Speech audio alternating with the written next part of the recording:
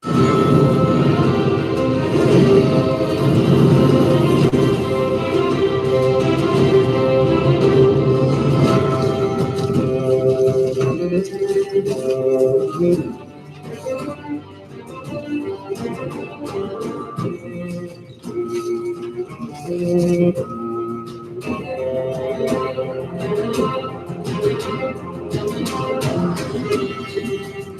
everyone, what's going on? It's Kyle Azor Ahype. I'm back. Oh my god, what's going on, everyone? I am super freaking hyped today. It's maybe the most hyped I've been of all time to just hang out with all of you guys and gals in the chat today. I got my brand new Game of Thrones tumbler from the mother of blankets, Nancy T. I got some coffee in here from the maester of coffee, Rick Hoppy. And we're here to talk about some Game of Thrones Bloodmoon. There's lots of awesome news. We're also here to talk about some lion people. Just kidding, I'm not flipping you off. New tattoo, lion people. We're going to talk about some stuff on the channel. And yeah, we're going to catch up because it's been a while, right? So let's check out who's in the chat. And yes, everyone, I got the soundboard today. I'm looking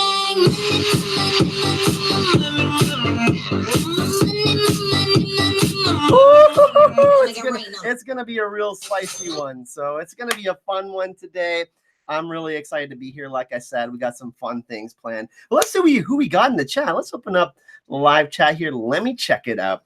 We got the Fearless Mermaid. What's going on? Steel 510 Rain, John Haymaker, the Prince That Wasn't Promised, Mama Ogre. Oh, we also have Colette Williams. What's going on, Colette? Oh, the original David Adams. What's going on, man? Anime Lover, Bryce's. We have Edward Martin. We have none other than Chrissy of Oldstone, one of the best 2 mods in all of the streamdom. We also have Helena von Landstein, my older sister, in Lion People as well. We have Katrin, Paige Roberts, Sunflower Breath, Bright Spots, The Imagination Realm, Jess, Tim F. Oh my God, Mama Ogre, Forrest Blurda, Frolijan, hello, Bubba Husky. So yeah, it's going to be super fun today, everyone. Like I said, I've got a bunch of articles pulled up from Watchers on the Wall, and I got another one, which is kind of just a Reddit theory on who Naomi Watts' character might be playing in the prequel. So yeah, I hope you're all okay with that. We'll go through some of the articles. I haven't done an edited video for all the news. I'm going to drop one actually next week and kind of do some theorization and stuff like that. Oh, we also have Robbie Meeson, who's in the chat, who got to chat and hang out with at Con of Thrones a couple of different times. So Bubba Husky was there at Con of Thrones. So was Robbie Meeson. It was super cool to meet so many so many different people. But yeah, everyone, I know I took a super long break, but I'm super excited to be back. I also got to meet Helen for the first time. But let's get back together. It's actually been a while, huh? So a lot of people don't know this, but my doctor actually recommended that I take a full 4 weeks off because I was having really bad headaches after Game of Thrones season 8. It might have been due to the lack of sleep and all the coffee and staring at the computer screen for like 90 hours a week. But sacrifices had to be made to the old gods and the new to make things happen, right? We also have Brenwick Brackwood in the chat. Danny McKay, I see. Actually, Danny was the first one in the chat today that I was chatting with, so that's pretty cool. And Fräulein Mies, you said it's your first time in the chat? Welcome. Let's welcome Fräulein Mies. I hope I'm saying that correctly. Peagle Pete as well. So yeah. So what we can do is we can save all the juicy Bloodmoon stuff. We can actually do the Bloodmoon stuff last, or we can start off with the Bloodmoon stuff. So I'm really cool with either. Like we can do like the channel stuff after, and kind of like the updates for the channel, all that stuff after. But I'm really cool with whatever. So what we'll do is like a little vote in the chat, and then we'll roll with it. We'll roll with it today. Like I said, happy Friday to everyone. some delicious Ethiopian Sidamo coffee. I drink it black. I don't add anything to it because it's that good. Rick Hoppy, one of our patrons of the channel. I think I got some water here too. It's So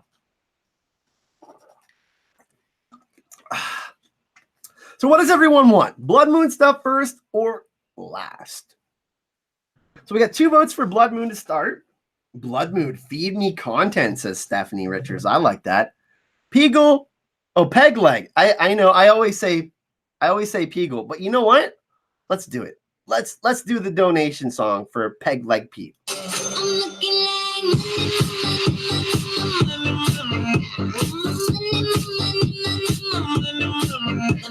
Peg Leg Pete, I am never gonna call you Peagle Pete again. All right, so it's decided we're gonna do the Blood Moon stuff. Let's start with the article, House Stark's Return. So this one is juicy. And let's go screen cap this. All right. Screen share. Application window. Let's close this.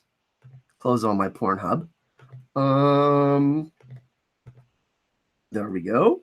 And Watchers on the Wall. Let's go there. Watchers on the Wall. House Stark returns to Game of Thrones with a new look in Sigil in prequel filming. So let me pull up the chat on the other computer here so I can see what everyone's saying in chat. And let's go down. There's a beautiful picture of Sophie Turner. After rehearsals, filming for Jane Goldman's Game of Thrones prequel finally took place this afternoon in Gaeta, Italy. Though no new actors or characters were recognized, we did get to see Stark men thousands of years before we first met them in Game of Thrones, with a surprising new or rather old look. So we're going to scroll down, and there's something that's very, very interesting about this. So let's click on this. I'm sure we can open this in a new tab and check this out on Twitter and kind of. So really interesting look here. Look at that. Can you guys see that?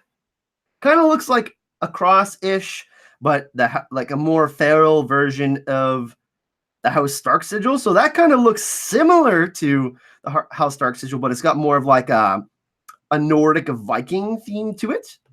And then got some people rowing. But yeah, it's long. Like this is going to be set thousands of years before we actually saw, like 5,000 to 7,000 years, right? So very interesting. Longboats, where are they coming from or where are they going is the very interesting question that we need to ask.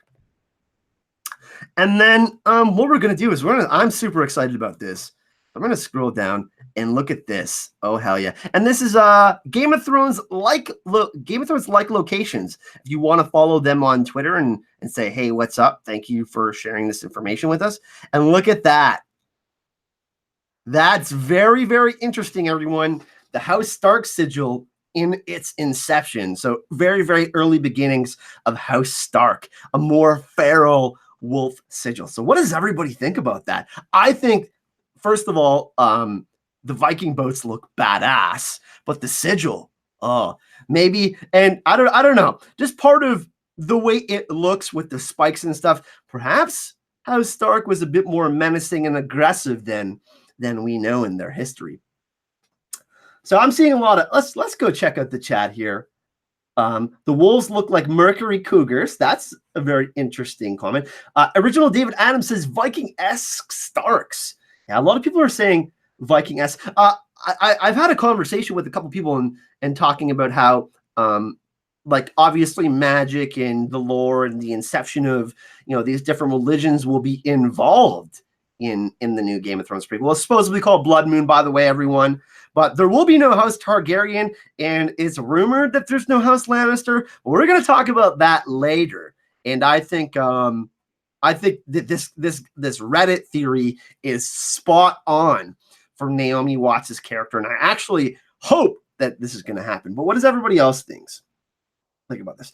Brandon of the Bloody Lake, Brandon of the Bloody Blade is who you're thinking about, anime lover. She actually, so Brandon of the Bloody Blade actually killed so many children in the forest at the Blue Lake, this place called the Blue Lake, that they called it the Red Lake later. So Brandon of the Bloody Blade slaughtered literally hundreds and thousands of children in the forest.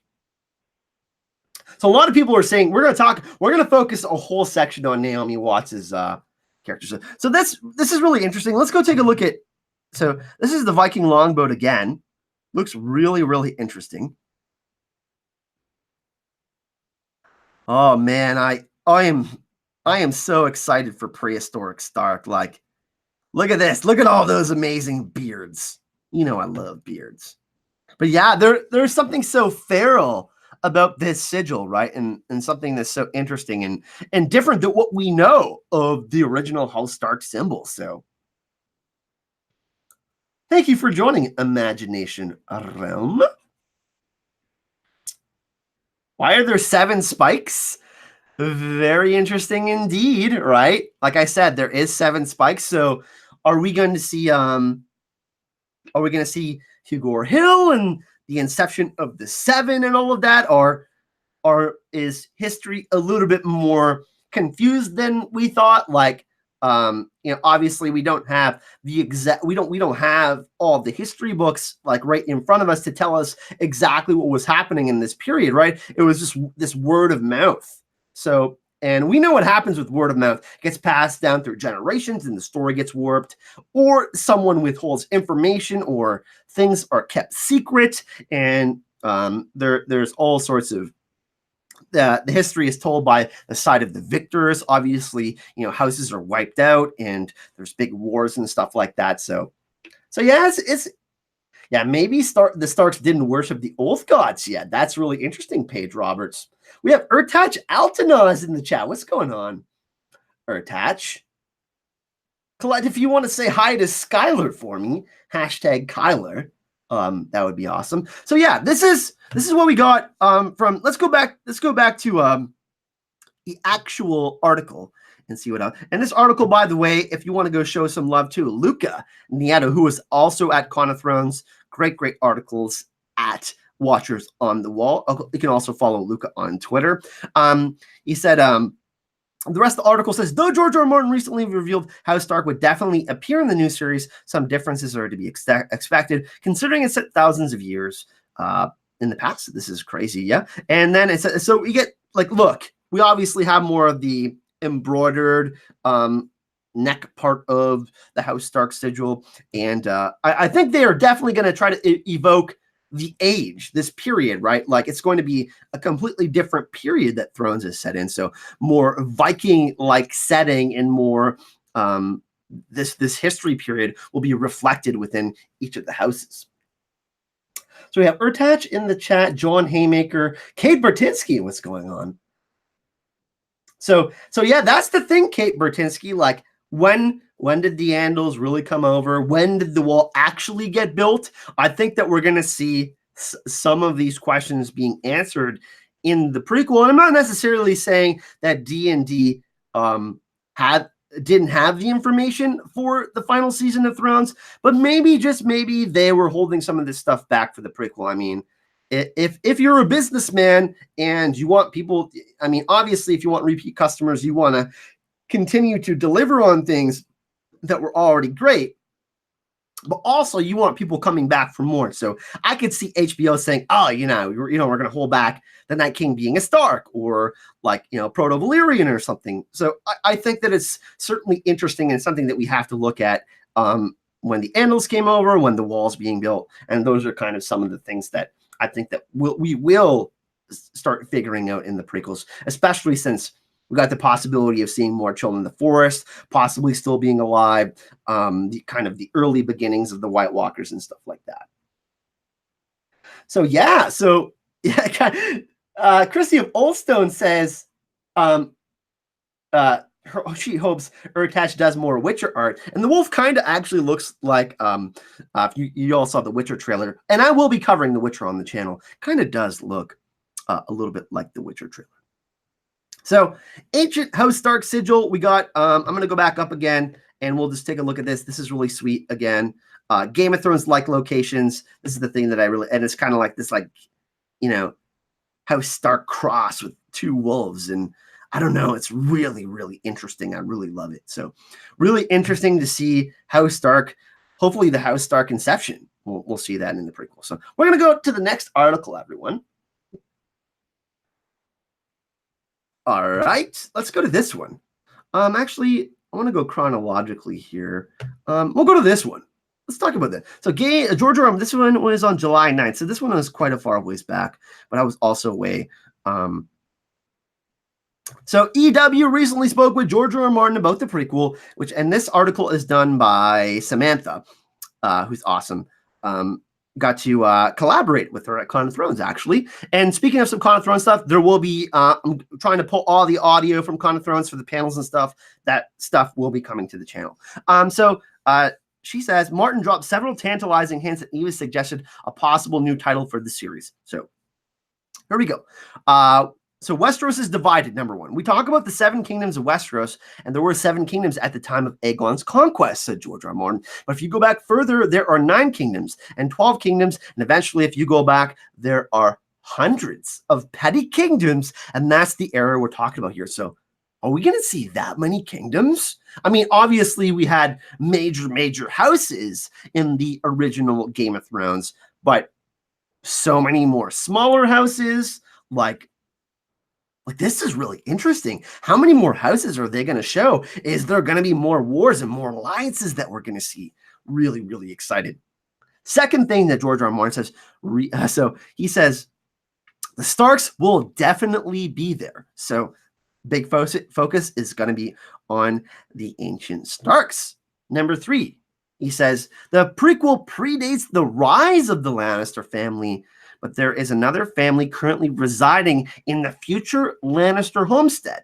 And the Lannisters aren't there yet, says George R. R. Martin. The Casterly Rock is certainly there. It's actually occupied by the Casterlys, for whom it's still named after in the time of Game of Thrones. So will we see perhaps Naomi Watts' character, which we're going to talk about very shortly, play, Lann the Clever? Was Lann the Clever a woman, or the sister of Lann the Clever, a daughter of Garth the Green Hand, something like that? So we're going to see Casterly Rock, and we're going to actually take a look at the Italy article next, and I think that's a great location for Casterly Rock, the early beginnings of Casterly Rock.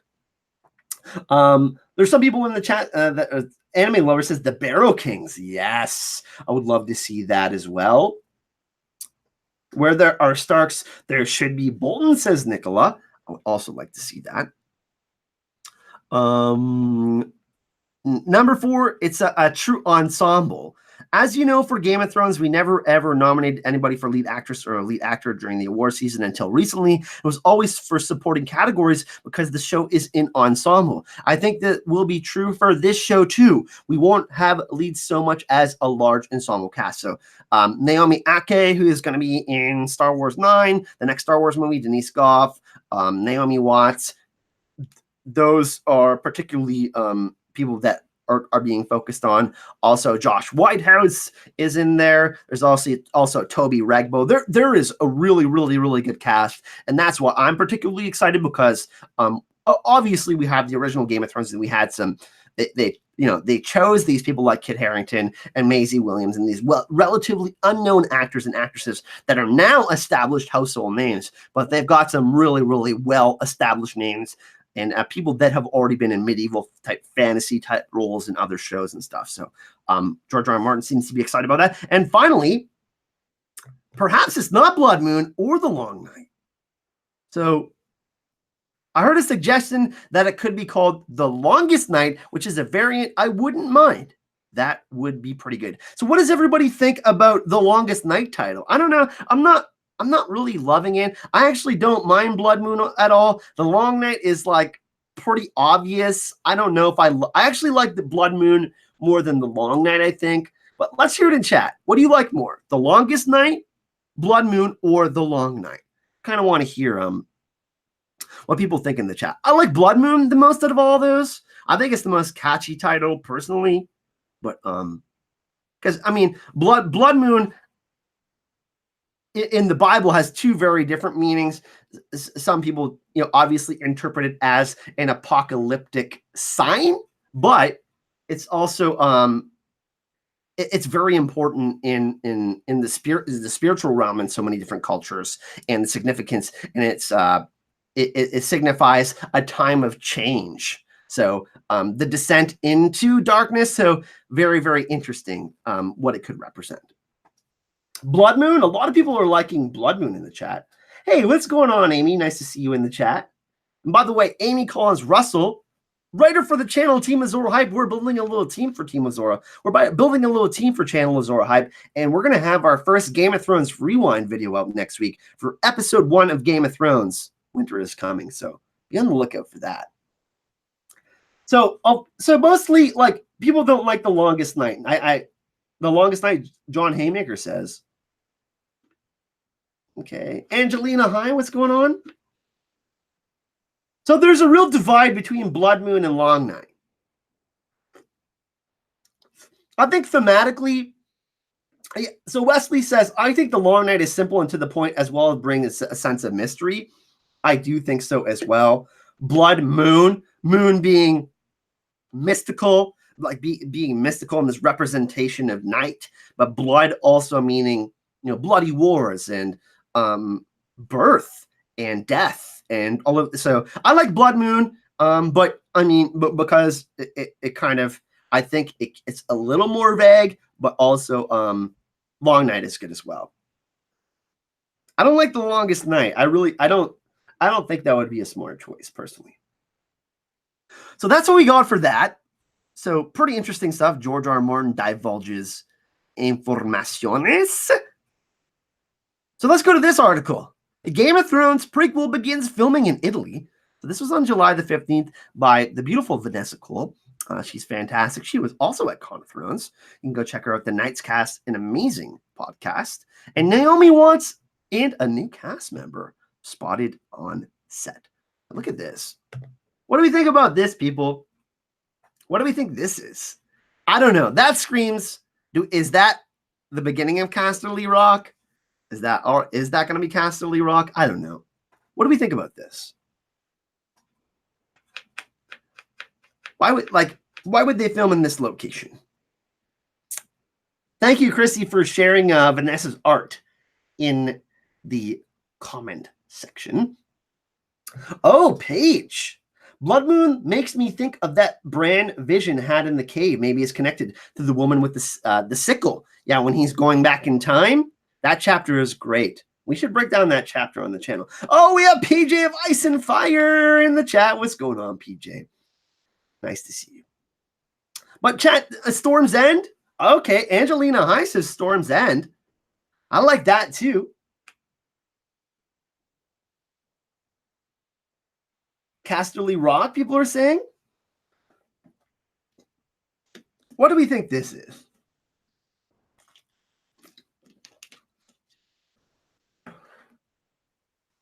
Oh, Dina Etzem. Empress, what's going on? Bloodmoon, when the stars bleed in the long night, and the cold breath of darkness falls heavy on the world. I love that. Wesley says, a Casterly Rock vibe. Jean-Luc Picard, I like Storm's End, actually. Bran the Builder is going to go build Storm's End, so we're going to see that? Damn. The idea of Starfall. Ooh, and Italy's a warmer climate, right? So let's think about Italy, maybe perhaps more of like a Dornish style of area. I like Starfall a lot too. That's a really great suggestion. Cape Ratinsky, I love that. Urtach Altana says there should at least be one scene which connects all titles like Children in the Forest, during cave paintings, etc. Kyle, which specific moments do you think the prequels can use to reference Game of Thrones? Yeah, I mean, I think that we have to see the original inception of Azor Ahype, the building of the wall, Urtach, the stuff with Bran the Builder. Like, we need to see Garth the Green Hand's daughters and perhaps even Garth the Green Hand. I suspect there may be some sort of, like, the first episode, like, will be some of these characters, and then there will be a time jump, like at the end of the episode or something like that. And then there will be, because if we think about it in the first episode, that like one of the things that majorly pulled me in was Bran getting pushed from the tower, right? So what could be that like first super impactful moment other than them going beyond the wall and like, you know, Waymore Royce getting killed by the White Walkers and stuff like that, and then Ned obviously having that execution? What could be that big moment for the first episode? right? So I'm trying to think something to do with the wall, Brand the Builder, something that it will have to be, I think, more magical in nature, because like we didn't get some of those payoffs in the original Game of Thrones, like we didn't get them in the final season. So I think, and of course, I think the criticism too for the final season of Game of Thrones was, I mean, there's a lot of criticism, right? So I think that they obviously have listened to what the fandom had to say. There's a lot of toxicity out there, so we can take some of that out. But I think they have listened, and they will apply that. Like, hey, like what mistakes should we avoid for this new show? Like, what kind of mythology and what kind of atmosphere and kind of what kind of feel do we want for the show? So I'm really optimistic or attached. But yeah, I think that it will have to be like a setting with the wall and yeah, I mean. That definitely, because they said they're going to focus more on the Far East too, attached. I think that the Azor Ahype prophecy and all of that, we will find out more that it's not like what the way we've interpreted it is not actually what it was. I'm seeing Jean-Luc Picard says we're when Magic Brand built Storm's End at the wall. Could be some time shift narratives going back and forth to the past and present, since time is irrelevant to the Weirwoods. Yeah, I love that. Oh, Amy Collins Russell.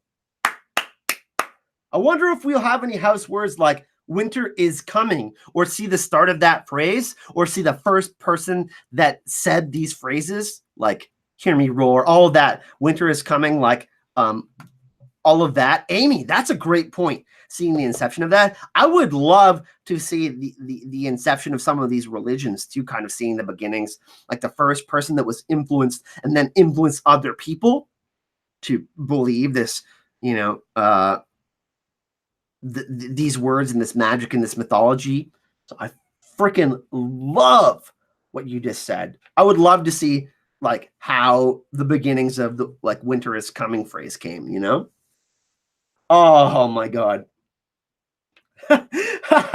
Jean-Luc Picard. Yeah, the cool thing is about the Starfall mentioned from Kate earlier in the chat is what I really like is we don't know House Dane's words. Like, so can we figure that out? Can they give us that, please? The origin of the religions, like the first inception of these ideas. Let's scroll down to the article because we just only looked at the picture. So there's Benvenuti, Italia. I don't know how to speak Italian. But let's go check out Game of Thrones like locations again. By the way, go show Game of Thrones like locations some love. We are checking out their posts. It's only fair. Oh my goodness. Look at that. What do we think that could be? I mean, you know what? Maybe this is where, I mean, Garth the Green had the reach, but that looks incredibly lush, right? So I don't know, like, oh my God, this is Italy, but it does look like Spain. It's beautiful. I don't know. I'm getting like maybe early Casterly Rock vibe, but I don't know. For some reason, my gut feeling says Garth the Green Hand on this one. White Harbor? No, I don't think it's. I think this is the Southern Kingdom. Highgarden? Hornhill? I don't know on this one. That's like this is an absolutely beautiful location.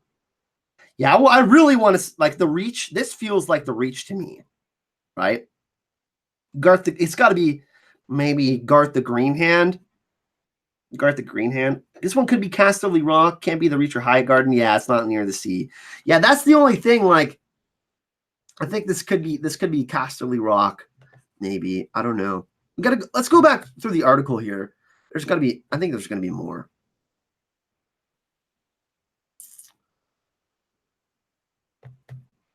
So damn. So wait, is this the House Stark one? That sigil is harder to see. Is that the same? Is this the same House Stark thing, but is it hidden? Because like this is in the same location. I don't know. Is that Yeah, it's too small, everyone. I can't really. I don't know. It definitely looks. I mean, it doesn't look like the house. Like the House Stark one was pretty clear in the earlier picture that we saw, right? Yeah, the cave. It like that one picture that we saw in the other picture. Up here has a cave below it. This one right here. See where that little cave is? I like that idea a lot, David. I don't know though. Like let's go through the post and see if we can find out some more. Game of Thrones like locations, by the way, like I said on Twitter. Oh, is that Naomi Watts? Damn. So look at that, everyone. Look at her outfit. Who could she be? Who do we think Naomi Watts is? That's a very golden outfit. So, you know what? Let's talk about this right now. So, I found a really interesting article on Metro. It's not usually my favorite thing to go do. I don't really find these sites reliable, but they made an article and they said Naomi Watts could be playing Floris the Fox. Does anybody know who Floris the Fox is? All right. So Naomi Watts is character.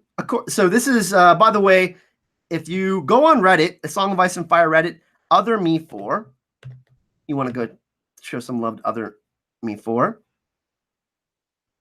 So you can go check. Oh, Bloodmoon Theories. Bloodmoon Theories Reddit, sorry. Check this out. This is going to, let's go over this. According to a wiki of Ice and Fire, Floris the Fox is the legendary daughter of Garth the Greenhand and the cleverest of his children. Sound familiar? Lann the Clever was pretty clever, huh? According to the myth, she kept 3 husbands, each ignorant of the existence of the other 2. Her sons became the founders of House Florent, House Ball, and House Peak. And in some tales of the Reach, Lann the Clever was a bastard born to Floris or her sister, Rowan Goldtree.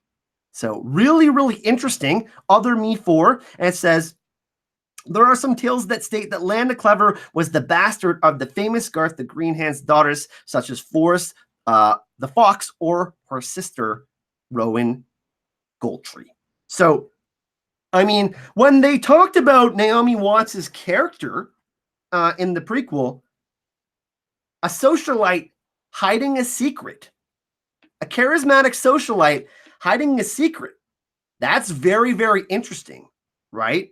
Imagine Naomi Watts' character is actually Floris the Fox, which would be incredibly interesting, and has founded these 3 houses, and all of these other husbands don't know that she's married to all of these different people. That would be insane, right? So this article is on Metro.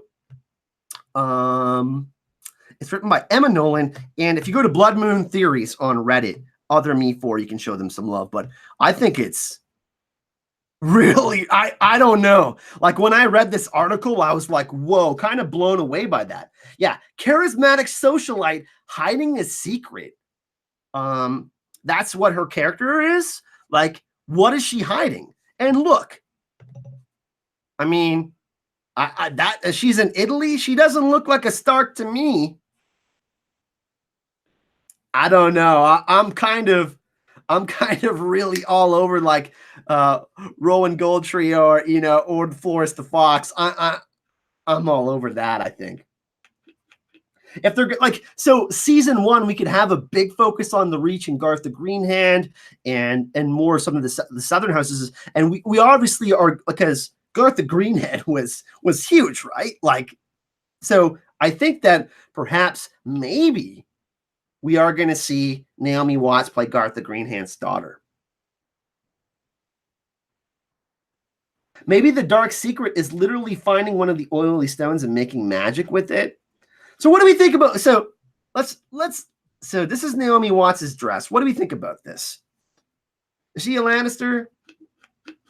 I mean, is she like Lann the Clever sister? Is she Lann the Clever? I don't know. I like the female Lann the Clever a lot.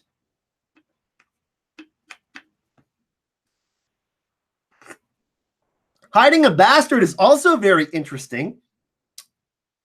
I think we know all about Hiding a Bastard. Jon, well, no, we knew that Jon Snow actually being Aegon Targaryen, but that's another interesting thread that we got to think about. Jess says, pardon me, I think we were seeing the beginning of the magical bloodlines within Westeros. She could be a Casterly. Ooh. But Casterly's, you know what I mean? Lann was a woman. That'd be certainly interesting. I don't know. Naomi Watts' character, a charismatic socialite hiding a secret. I am so intrigued by this. And just the way Floris the Fox is described and Lann the Clever is described, Garth the Green Hand being this powerful socialite, and the cleverest of his daughters, Lann the Clever, actually being a woman and part of the Green Hand's founding. You know what I'm saying? The Lannisters. I find that really interesting. I think that other Me 4 might be onto something here, really honestly. So, and then in this it says Naomi Watts would be Floris, and Miranda Richardson could be Rowan Goldtree. You know Miranda Richardson, everyone? Let me go find her for a second. Get to look at my beautiful face for a minute. Miranda Richardson, who is in Harry Potter and all sorts of other awesome works. She's actually, I believe, is she in Good Omens as well? Miranda Richardson. So let's share a picture of Miranda Richardson. And look at this. I'm telling you, this could be, I mean, this guy could be right on the money with all of this. So let's go screen share this. And look at this. I mean, her and Naomi Watts are sisters, Rowan Goldtree and Floris the Fox. Damn. Like, that's crazy, right? So I really, really love that article. It's speculative in nature, but I think it's dope. I really love the idea of what other Me 4 on Bloodmoon Theories Reddit. And like I said, Metro, give a shout out to the Metro article, Emma Nolan. So yeah, that's really interesting. That kind of covers the Naomi Watts stuff that I have from Watchers on the Wall. But we have one more article from Watchers on the Wall. That's really interesting. We'll share that. And the guy who runs HBO basically spoke about the pilot being done filming. So we're gonna check that out. Also, I think it's freaking amazing, everyone. Did everybody hear the news that Gwendolyn Christie wasn't nominated, by the way, for an Emmy? There was, like, I think Game of Thrones was nominated for 32 Emmys in total, if I believe. And hell yeah, she got, so Gwendolyn Christie nominated herself, and she was like, put herself in the ballot, and she got nominated. I hope she fucking wins, honestly. So let's go check that. This is by Sue the Fury. Sue the Fury, awesome article writer, and also part of that great team of Watchers on the Wall. She's also part of the Con of Thrones team. So thank you so much for that, Sue. According to Vanity Fair, Blois states that the spinoff showrunner Jane Goldman is busy in the edit bay now since filming is completed of the pilot. Those who have been following the shooting of the new pilot are aware that filming is finished in mid-July in Italy, but the exec confirms it. The only status I have for you right now, says Casey Blois, is that we finished shooting the prequel, and we're very excited by the footage we saw of the cast. So remember the first Game of Thrones pilot? It was super bad, and they had to replace some of the actors and actresses. I believe they replaced the actor who played Daenerys and also the person who was playing Catelyn Stark, if I'm not mistaken. So he says he's really excited, and he just said the pilot is done filming, everyone. Hell yeah. So just really exciting stuff. I mean, I'm hoping, like, I think it's very optimistic to say, like, hey, can we have more Thrones by next April? We're going to have some other shows to hold us over in the meantime. We're getting Witcher We're getting The Witcher in December. We're also getting The Expanse in December. And then there's Westworld that's going to be coming out, I think, in the spring, covering all 3 of those shows, by the way. And just announced at Dragon Con, Stephen Strait, who plays Holden, West Chatham, who plays Amos from The Expanse, going to be at Dragon Con along with Chad Coleman. So I just put in an application since I got press passes to interview them. So I doubt I'll get it, but really, really exciting stuff. Prequel will be a spring 2021 release. Okay, so we won't have any Game of Thrones in 2020, but in 2021, Thrones will be back. So super excited about that. But yeah, do we just kind of want to have an open chat about some of the Bloodmoon stuff, or is everybody kind of cool with the Bloodmoon stuff? I don't think there's anything else that's really came out recently, but I thought it would be cool to kind of go over all the articles because there's some pretty juicy stuff, especially the House Stark sigil stuff. I really like the longboats, looked awesome. The filming locations, I mean, Game of Thrones, the filming locations, like, just beautiful, right? Some of the most beautiful locations in the world. So, but yeah, and then there's all these other shows to kind of hopefully hold us over, and hopefully Game of Thrones will be as good as the original Game of Thrones. But so what do we want to talk about now? Do we want to talk about Bloodmoon? Do we want to talk about some of the channel stuff? Do we want to do an open Q&A, talk about some Clan of Thrones stuff? Actually, well, you know what we could do? Let's just throw it to the chat right now. I'm going to throw it to all of you. Let's just keep it open. Let's keep it flowing. Let's have some fun. It's Friday. Let's have an organic chat and let's ask some questions, and we'll go through it. It can be Clan of Thrones. It can be content on the channel. It can be anything, really.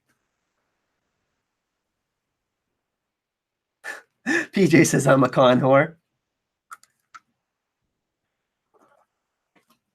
Well, okay. I have some really exciting news. I have a lot of really exciting news, but should I give you the most juicy news first? Okay, if all of you get hype enough in the chat with hype and love emojis, you know the fire and love emojis that I love. I will give you the juiciest news first, but I literally need everyone in the chat to get super hype right now. And then we'll talk about Clan of Thrones. Hey, we got a donation from Danelle Peoples. Let's get that.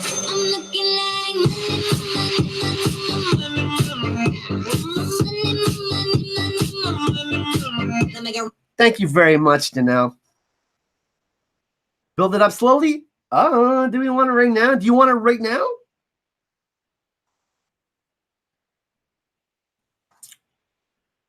All right. You're all getting very hype. So, in October, well, actually, the day before October 1st, I will be flying to London, UK, and I'll be visiting Gemma, Robert and Deep Geek, and Helen, because it's her birthday. We're all going to be getting together. A bunch of us.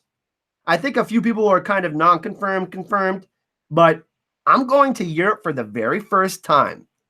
And I'm going to go meet up with Gemma, Robert and Deep Geek, and Helen, and we're all going to meet up in London, UK. Azor Ahype goes to Europe. Oh, yes. Going to be really, really fun. And you better bet, since it's Helen's birthday, there's going to be some fun involved. But, yeah, we're going to have some streams over there, do some podcasting and that kind of stuff.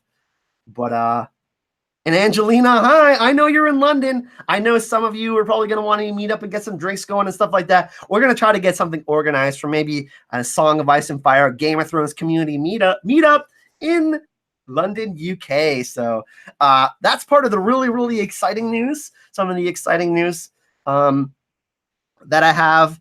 But I got some other exciting news I'm going to save for later in the stream. So if you're staying the full stream, I got some more exciting news. But I will vlog the hell out of London. Hell yeah. Hell yeah. Azor Ahype is going worldwide. Let's check this out. All right, so Urtach Altanos says, what was your favorite moment from Con of Thrones? Oh my God. So, okay. So I never really expected this to happen, but I super love this so much. I didn't think we would have a panel that was full capacity. So usually when you go to cons, there's usually some seats like, it's like 2/3 filled, or it's like 1/3 filled. It like really depends, because usually there's like 6 or 7 panels going at the same time. But on Friday, the very first day of Con of Thrones, we had the Game of Comedy panel. We had myself, Gemma, Secrets of the Citadel. We had JR from Geek Chat 1. We had Gray Area. And we also had San Rixian. So there was 5 of us. And we had the Game of Comedy panel. And we were literally full capacity. I couldn't freaking believe it. There was so many people there. And it was so dope. I was like, you guys don't even know how hype I was. So we planned to trick people a little bit. We talked about it. And we're like, yeah, we're going to talk about the use of humor in Game of Thrones, and we're going to talk about some of our favorite funny moments. But the thing that we did 20 minutes in is, guess what? The Wolf and the Crows, Andy the Extra, and the boys crashed the panel. And oh my God, Andy told literally a 15-minute story about Christopher Hivju getting lost in the Battle of the Bastards. Okay? And he didn't take a single breath, I don't think, for 15 minutes. We were literally pissing ourselves laughing, and it was, I don't know, that was my favorite panel of the whole weekend for sure, but it was so freaking hilarious. And one super great friend of the channel, original David Adams, I'm experienced. She's a great friend of mine. She lives in Texas. David Adams has a link to some of the footage for Game of Comedy. I had some camera issues, but I'm getting all the audio. So I'll be uploading all the audio for all of my panels from Con of Thrones. But it was so hilarious. And if you do want to go check out that panel, the original David Adams is dropping the link in the description of this video. But that's Urtach. I think that's maybe the most exciting, funny moment of the weekend. I don't know. There's not really one favorite moment per se, because, like, honestly, I think that we all agree, all of us that have been to Con of Thrones so far, and I've been to 3, I think that this was my favorite Con of Thrones by far, as like the energy for a con goes. Like, I think that, obviously the first year was the first year, so everybody was excited about that. And then the second year you have more first timers, and then the third year you have more first timers, and like, the second year people tell their people that haven't been before. So there was like more people that didn't go to Con of Thrones before that were there this year, and that was really awesome. I think that the single best thing, though, from all of Con of Thrones was there's this place on Thursday night, the night before the con, called The Crying Wolf. And Gina Miller from After Con of Thrones, if you know who she is, she organized this great party with the help of JRs, other people. The Wolf and the Crows were there, we were there, and literally, like, I think like every single content creator, or most of the content creators were there, like the YouTubers and stuff. And it was the best Game of Thrones party that I've ever been to. It was so awesome. I got to chat with Rick Hoppy, one of our patrons of the channel, Maester of Coffee. He was there. He came all the way up from California. Oh my God. The boys came up from Ireland. Andy the Extra and them were there. History of Westeros was there. Got to chat with them. Joe Magician. Oh my God. Quinn from Ideas of Ice and Fire. Great Area was there.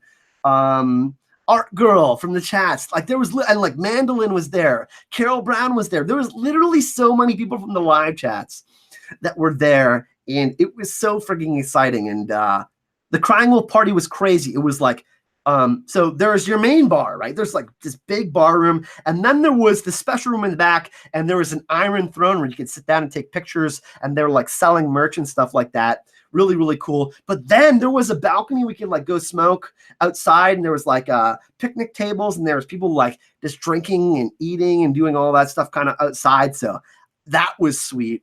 That was probably my favorite moment of Con of Thrones, because I think that was the moment where we had most of everyone together. Like, it was crazy because everybody was kind of doing their own thing throughout the weekend, and everybody kind of had their own meetups and stuff like that, right? And yeah, so Urtach, those were my 2 favorite moments, I think. The Game of Comedy panel is that, I mean, because it was my panel.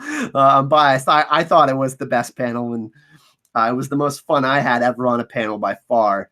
But I think the Crying Wolf party, because that's where everybody met up, and the anticipation of the con coming the next day, the Friday, everybody was super excited and super positive and super excited. So I think that party, PJ of Ice and Fire was there. There was so many people. So yeah, and there's people cosplaying, and that was my favorite moment of Con of Thrones, everyone. What do I want it to be next year, anime lover? Honestly, like, I don't really know how to answer that question, because I just want it to be convenient for everyone. Somewhere where it's easy for everyone to get. I mean, I'm not going to have any issues getting to Con of Thrones, because I fly all over the place, and you know, I make pretty good money from the YouTube channel, so I'm not really concerned. But what I'm concerned about is, like, how does the average person, like, you know, who may be saving up to get to Con of Thrones, like this might be their one convention they go to a year, like, what's convenient for them? So I think that would be how I would answer this question, anime lover. I don't really have a suggestion for you. But yeah, wherever it's the best and wherever it's the easiest for the most people to get to is my answer. Yeah, Amy Collins Russell said it was like a family reunion. Amy got to meet up with Amy. Blaze Manga was there. Like, I'm literally forgetting so many people. There was so many cool people there. But it was one of the best times. Really, all the, like, Axe Trucker from Watchers on the Wall there. Sue the Fury was there. Who else was there? In Deep Geek, we were me and Robert in Deep Geek. Everybody left and went to sleep before us, and me and Robert didn't get home till a little bit later because we were drinking whiskey and having so much fun. But the rumor is, and I'm not really plugged into this. I don't really know. The rumor is Denver next year, but I don't really know. I don't really know what's happening with all that. But there will be a Con of Thrones in 2020, everyone. So yeah, Con of Thrones is going to continue, and that's a really exciting thing. I'm so glad that there's going to be another Con of Thrones, and I mean, with Bloodmoon coming out in 2021 apparently, and the Con of Thrones thing, I'm sure it's going to continue for years to come. It was a really great turnout this year. The energy was fantastic in Nashville. Nashville is a super fun city. If it was back in Nashville, I'd be super happy about that. I wouldn't be upset about that. But yeah, I don't know. I think I don't know. It might be somewhere different. I don't really have the answer to that question. All right, let's get to some more questions. Let's keep this going. Oh, there were so many cool gifts. I'm gonna do like a little video, thank you appreciation video. I got some swag from Andy and the boys. They brought me a gift bag with like a it was a really cool like wall journal with all art from the wall on it. They got me like a Stark toque and a Stark scarf and a Stark shirt, a House Stark sigil shirt. I got this tumbler. CC Stark got me this amazing wooden like framed picture of Olenna and Tywin together. I got like 12 t-shirts. Oh my God, I'm going to be wearing some of them on stream. I got like 12 t-shirts as gifts. Helen got me the Emperor Palpatine Funko Pop. So yeah, I was spoiled. Me and oh my God. So me and Robert, we went to this party and they literally gave us Hugh Hefner silk robes. And I have like Hugh Hefner like slippers that have AA on them, standing for Azor Ahype. And I have a silk robe that says Azor Ahype on it. So I was well taken care of, and yeah, I was well taken care of over the weekend.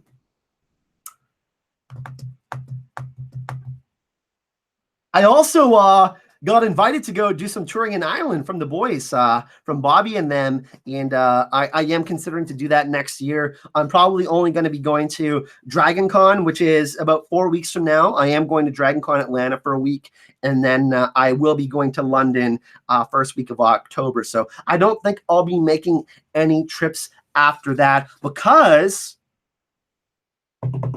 I'm probably moving. I have to figure some stuff out, but I might be moving to the United States. So we'll see what happens. I have to get some stuff done. I have to look into all the status stuff and make sure all my financials are good and taxes are good and all that kind of stuff before I go over. But yeah, I don't think I'm going to be doing any more trips other than the Dragon Con, which is next month in August until the September 3rd or 4th, and then London, UK. And I'll probably end up going to ISOM FireCon next April or maybe something a little bit earlier than that. But I can't foresee me like flying anywhere else, because that's a lot of trips. So yeah, that's what's kind of going on with that. Would you get Andy back for the next con, Will.i.am Bo? He can come stay with me anytime, man. We actually had on the last night, the Sunday, like, so some people leave on the Sunday like early, but we had a pizza party at our place, at our Airbnb. So Andy, Bobby, and Hammer all came over. They were chilling, drinking with us. I have a few pictures. I got to get all that together, but yeah, no, we were hanging out. It was really, really nice. And like I said, I really appreciate the gift from the boys, and they were super nice and they were super funny. And it was really nice to get to meet them in person. Yeah, trips are expensive, so I have to be smart, right? Like, I can't just take trips forever. Although I would love to. I would just love to travel full time. It costs money.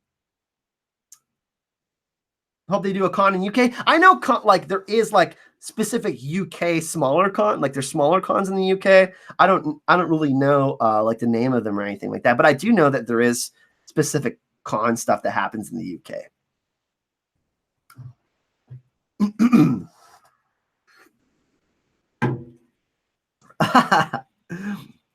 Well, I think the thing too is like everybody's speaking about vacations in the chat. Is the channel's done so well? Like, you know, I'm really, really happy with what happened in season 8. Obviously, like, we got another 22,000 subscribers. We literally doubled the amount of subscribers that we had on the channel, and we had over 8 million views in 6 weeks of Game of Thrones season 8. So that was really awesome. And we had 2 videos hit 1 million views, which is like crazy. I was talking to a couple of people about it and said how like actually really how hard that is to do. And I don't know, I'm still kind of blown away by that. So I'm really, really happy with where the channels went, but got a lot of work to do. There's a lot of really cool stuff that I got planned for the channel.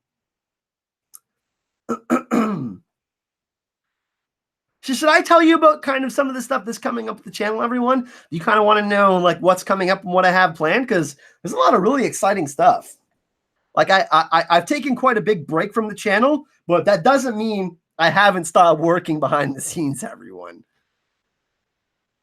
So yeah, if you all want to know kind of about some of the stuff that's going to happen, let me know in the chat and I'll tell you.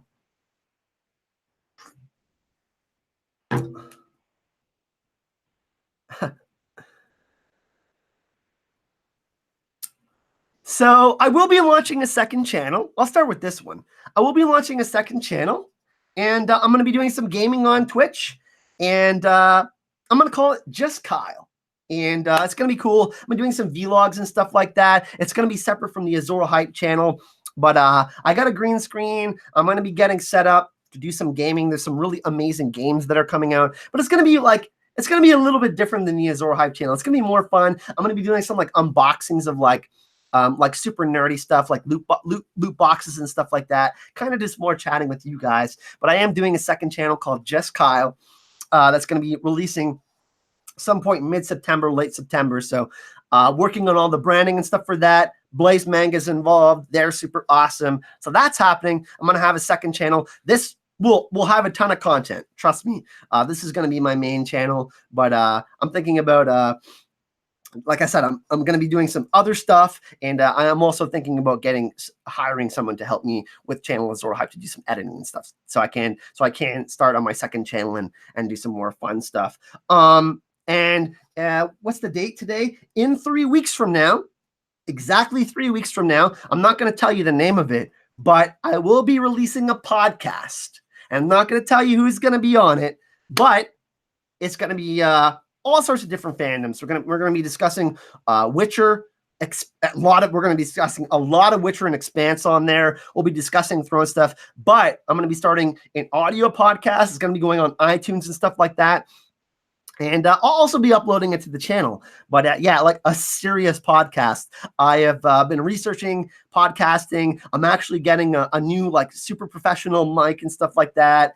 And I'm really excited. Yeah, I'm gonna be doing a podcast. A weekly podcast. That's going to be really exciting. There's going to be like revolving special guests. You'll know a lot of them. And I'm really, really excited for that. But I'm not going to tell you the name of the podcast. I am getting some branding done.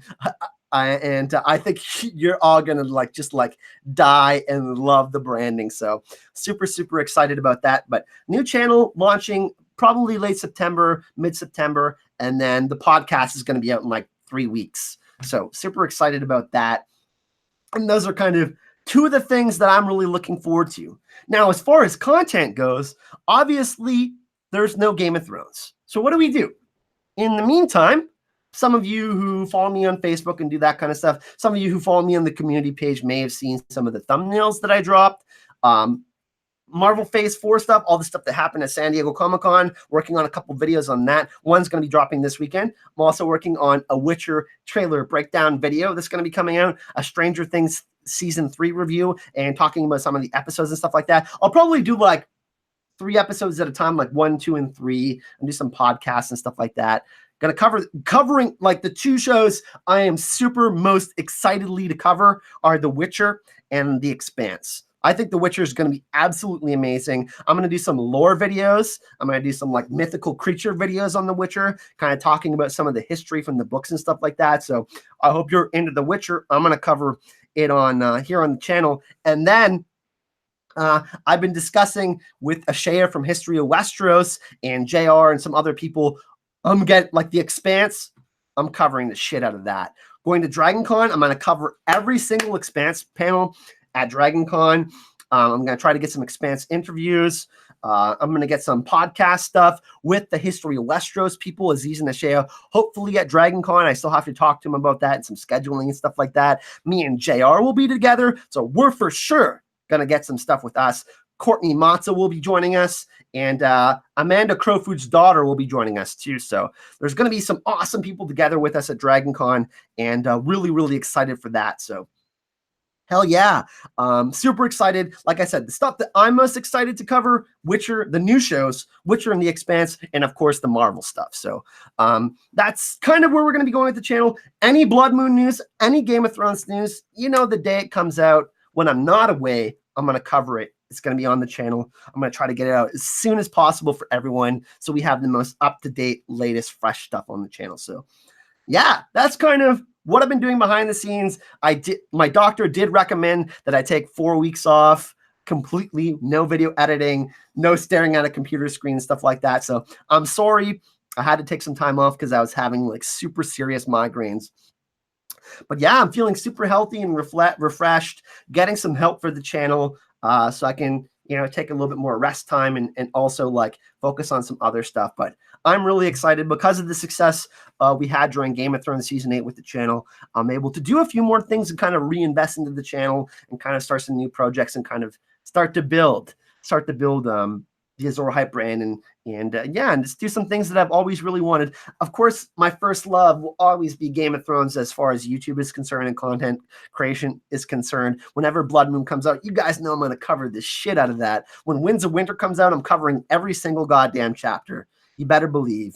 So, but yeah, I'm like super excited, just kind of, and you know, the challenge of covering other shows that I don't have as much knowledge in, you know what I mean? I got to do research. I got to read books. I got to watch more episodes and kind of, you know, challenge myself to become a better creator and learn more and make sure that I have the right information for you guys here on the channel and just continue with the same excitement, you know what I mean? But bring it up another level, get better at everything. So, so that's kind of where it's going with the channel. And I'm super excited to just kind of take it in some kind of like new spots and, you know, check out some different shows and stuff like that. And, you know, like some shows are a little bit lighter than Game of Thrones. When you cover Game of Thrones and you're talking about death every day and you're focusing on like death and like super serious topics like existential crises and stuff like that, it becomes super heavy when you absorb all that energy and especially with how Game of Thrones Season 8 went, the criticism behind it was just absolutely insane. Some of the stuff that was going on. So yeah, it's going to be different. Like Marvel's a little bit lighter, you know what I mean? The Game of Thrones. So it'll be, I think, a little bit easier to kind of cover some of these other topics because they aren't as serious as, you know, the Game of Thrones stuff is. If I do move to the States, where will it be? The original David Adams? Well, I think it'll be Atlanta. That's I don't really want to talk about it too much right now, but I think if I were to move to the United States, it would be Atlanta at the current moment. So, well, I'm looking. I have to really go through this process, obviously, because I would have to, get a certain type of visa and stuff like that. But I'm working on it. There are a few locations that I really, really love and have traveled to. That and people say, come here. And it's like, it's so crazy. I love that, like, you guys have that much love for me to suggest that I should come to where you're at. I love that. And see, Angelina High is trying to get me to move to London.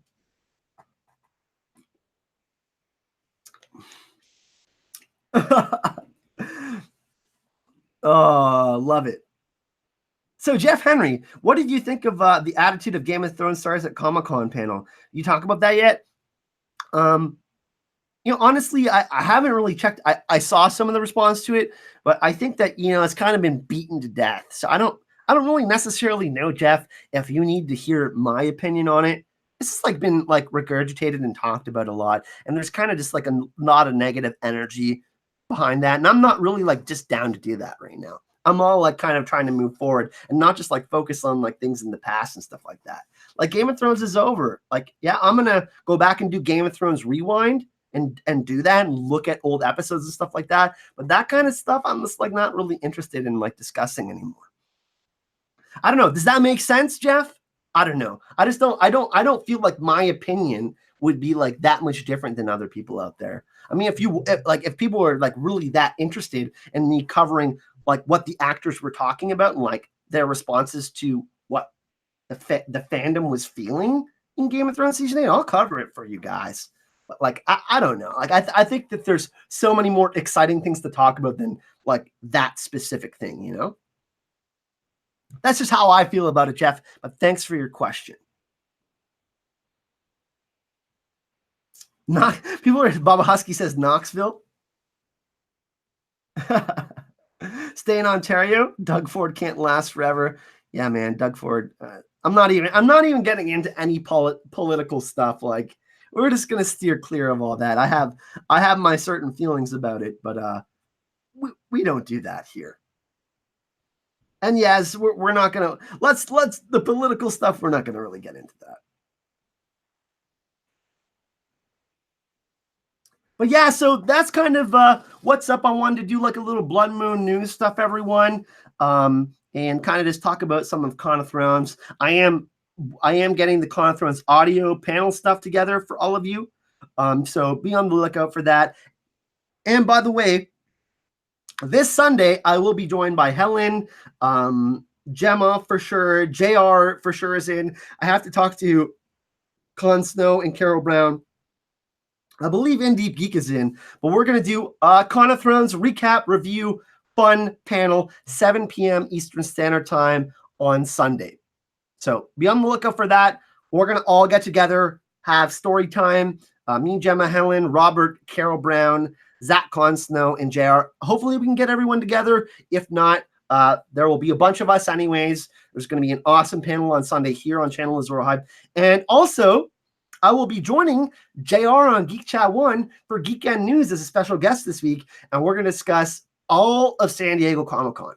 So be on the lookout for that. We're going to discuss Witcher. We're going to discuss Marvel. We're going to discuss kind of all the great news, The Expanse, all the great stuff from San Diego Comic-Con that we didn't kind of get to talk about because San Diego Comic-Con was really close to Con of Thrones and all that. So yeah, this Sunday, 7 p.m., Channel Azor Ahype, we will be doing Con of Thrones recap review, fun get together with all of your favorite people, and then I'll be on Geekend News, this Sunday. So I'll be I can't remember exactly what time that is, but JR, if you go to Geek Chat 1 on Facebook or if you go Geek Chat 1 on YouTube, I'm sure JR will update you with all of that stuff. And this weekend, be on the lookout for a Marvel and Witcher video, and then next week we're gonna be getting into the Game of Thrones Rewind, Stranger Things, and yeah, we're just gonna roll with it. And super excited to kind of just, I don't know, talk about some new shows and discuss some new things. And yeah, just really explore a new areas of YouTube that, new communities that I haven't really necessarily been exposed to, because I've been so ingrained in just covering Game of Thrones and Song of Ice and Fire so far. So hell yeah. Yeah, I see people are excited about Marvel too. Yeah, we're gonna talk about all the Phase 4 stuff, but all positive vibes, everyone. Thank you for joining me today. I really appreciate all of you. Thank you for all the donations. Thank you for all the love and the patience. I know I haven't been around a lot. I'm back. Videos all the way up until DragonCon, covering DragonCon. Videos after that. Then I'm going to London, UK, and then maybe the move. We'll see. So a lot of exciting things happening. Thanks for joining me today, and I'll see you all in the next video. Light and love.